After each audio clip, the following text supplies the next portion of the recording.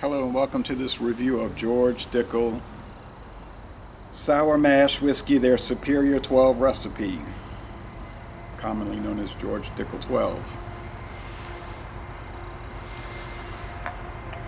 I hear a train coming. Alright, got a great deal on this, unusually cheap. Kansas City Southern Railroad. So I'm going to take the plastic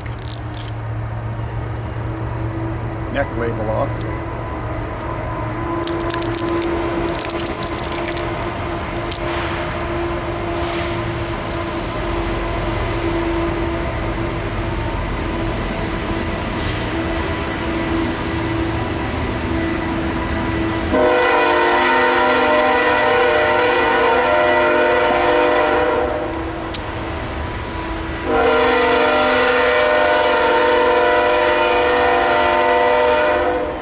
They have a rubber stopper. Some people say that's better than cork for various reasons. They talk about how great it is on the back.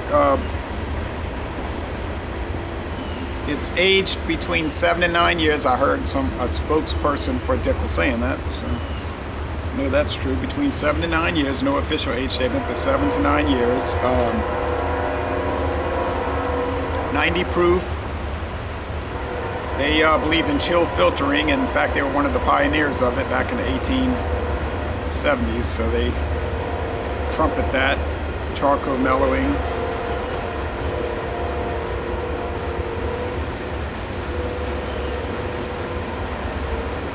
There's George Dickel there.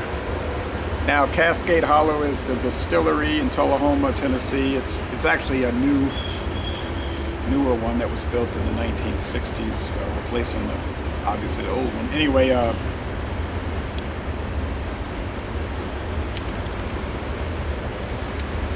gets good scores. There's so many reviews, it's going to take a long time to watch them all. Alright.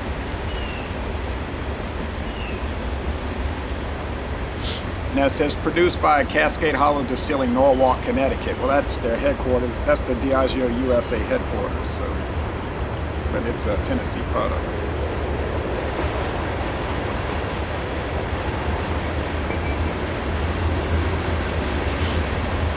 Um, 84% corn, 8% rye whiskey, and 8% malted barley malt whiskey. So mostly corn, but then you got 16% other grains, rye, and another even amount of malt whiskey. There it is. Amber, tan, I guess you'd say. No color added. Tennessee sour mash straight whiskey cannot have color added. Interestingly, it does not say straight whiskey. It just says sour mash whiskey. Oh, okay. Well. Interesting.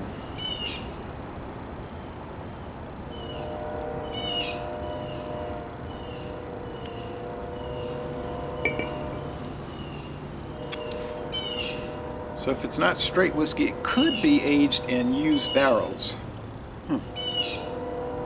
Got me thinking. Now I'm gonna have to do some further research on that.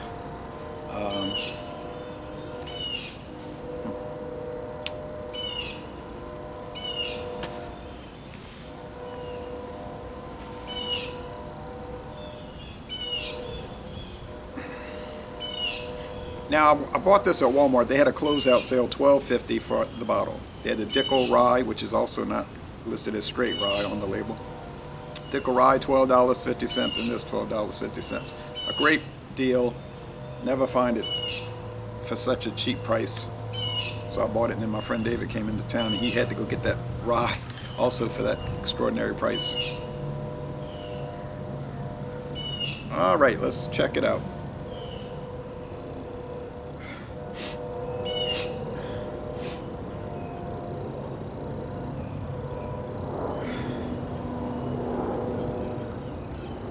A little menthol in the nose. But more than the menthol, really it's like an orange peel, which I find strange, but orange peel, okay. A little sourness, like sourdough bagel. There's charred oak, but it isn't too profound in that area. It's almost like a saturated, like whiskey saturated wood. Well, that makes sense.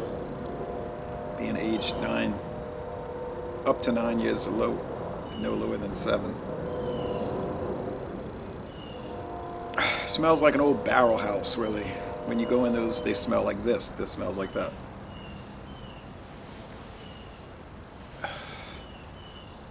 Some corn grits.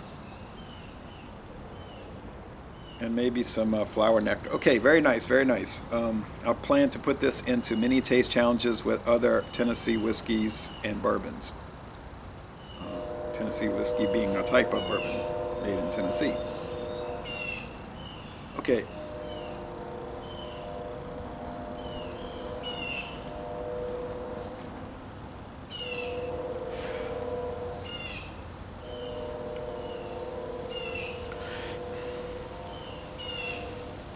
Picking up the corn grits, of course.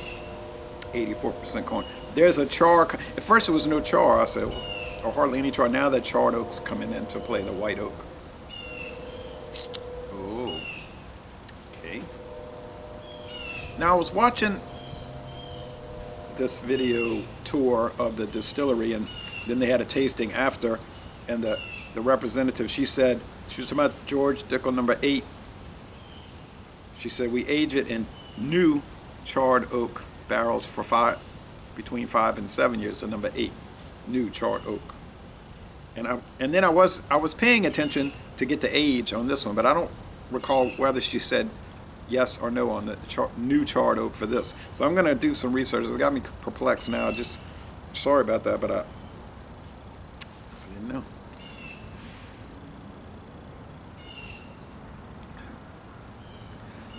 Medium-bodied, long, widely separated alcohol legs.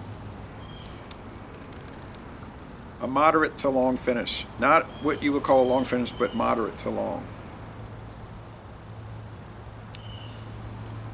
It's very tasty.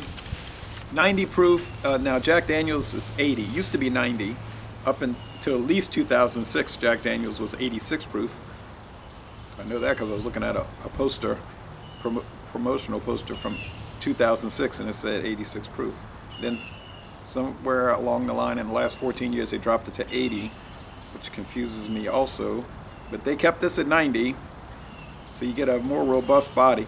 Is it better than Jack Daniel's Black Label, the old number 7? Well, to me it is, but I'm going on recollection, not a blind taste test, okay? I still have some of the number 7, Jack Daniel's number 7, the green label, 12, green label, aged at least 4 years.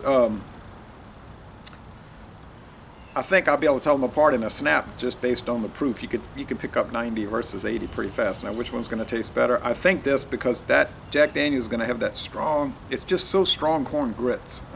But I like it, of course. But I don't like everything the same.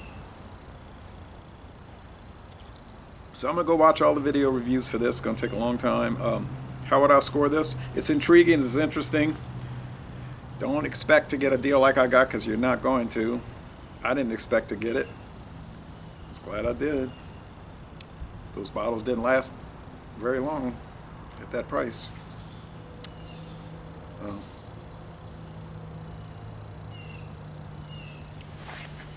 I'm going to give it a 95, 9.5 out of 10, a 95 out of 100. I think it's really that good. It's a classic, been on the market at the time of this recording for 56 years. Deserves the accolades.